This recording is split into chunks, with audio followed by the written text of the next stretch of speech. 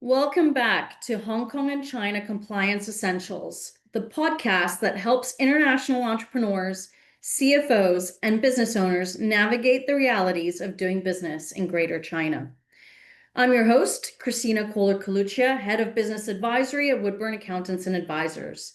And today, we're diving into a topic that's on everyone's radar as we move into the new year: reassessing strategies in 2026, the future of foreign investment in China. So grab yourselves a coffee or a notebook and let's unpack what's changing, what's staying the same, and what every foreign investor should be thinking about right now. If you've been following China's investment landscape over the last few years, you'll know it's been quite a roller coaster. Policy changes, global economic shifts, and new compliance expectations that have reshaped the environment. But here's the key takeaway for 2026. China still offers massive opportunity, but it's no longer just about being present. It's about being prepared. The government continues to focus on what it calls high-quality growth. That means rewarding businesses that align with innovation, sustainability, and technological development. So if you're in sectors like green energy, biotech, AI, or smart manufacturing, there's a real chance to thrive. But, and it's a big but, you need to operate with a level of transparency and compliance that simply wasn't expected 10 years ago. Let's talk a little bit about mindset. In the past, foreign investors often came into China with an expansion-first mentality: fast growth, multiple entities, quick hiring. But 2026 is about optimization, not expansion. We're seeing foreign invested companies pause and ask themselves questions like, do our current structures still make sense? Are we compliant from a tax and accounting perspective? Are we managing our Chinese entities efficiently? This shift is important. It's not about doing more in China, it's about doing it better. That might mean restructuring an entity, digitizing accounting systems, or delegating more decision-making power to local managers who understand the regulatory nuances.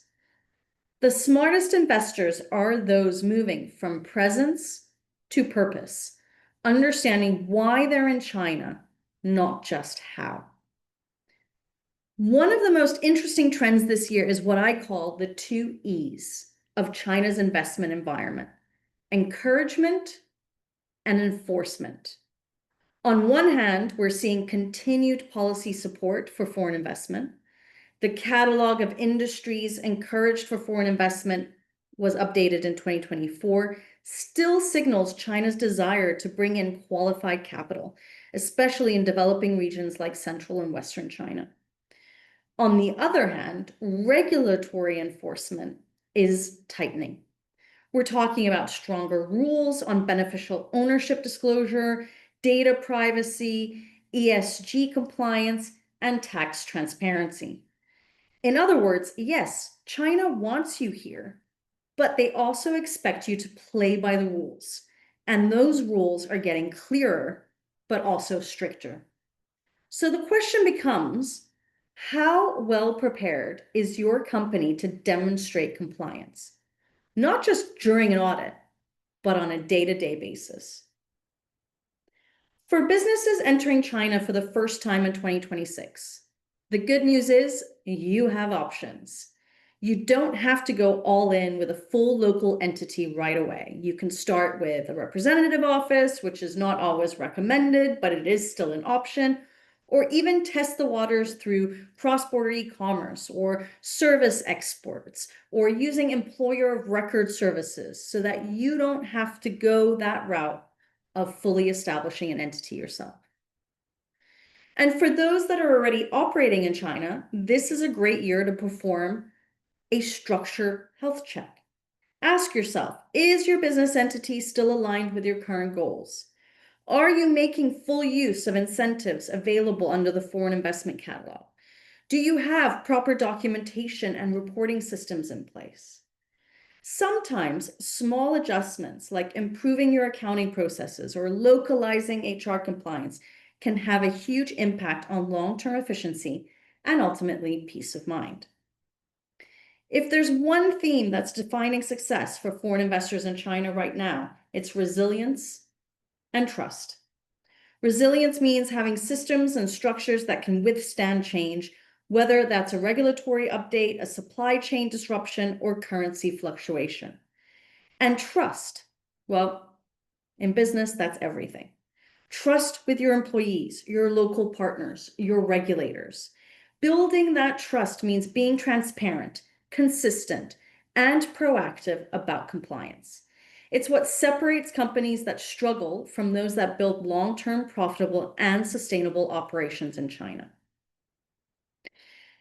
As we finish today's episode, I just want to highlight, at Woodburn Accountants and Advisors, we've seen this shift firsthand. Foreign companies are moving from how do I get into China to how do I make sure I'm doing it right? And that's exactly where we come in. We help clients incorporate and structure their entities in China and Hong Kong. We optimize accounting and tax systems and internal standard operating procedures, manage cross-border compliance, and build resilient, scalable frameworks for growth. 2026 is not the year to hit pause. It's the year to reassess and make sure your China strategy is fit for the future. So to wrap up, China remains an essential market for global investors, but it's a more sophisticated game now. The winners will be those who operate with clarity, compliance, and consistency. If this episode got you thinking about how your own China strategy needs to evolve, we'd love to help. You can visit us at woodburnglobal.com or connect with me, Kristina Koehler-Coluccia, on LinkedIn or WeChat. All the details will be in the show notes.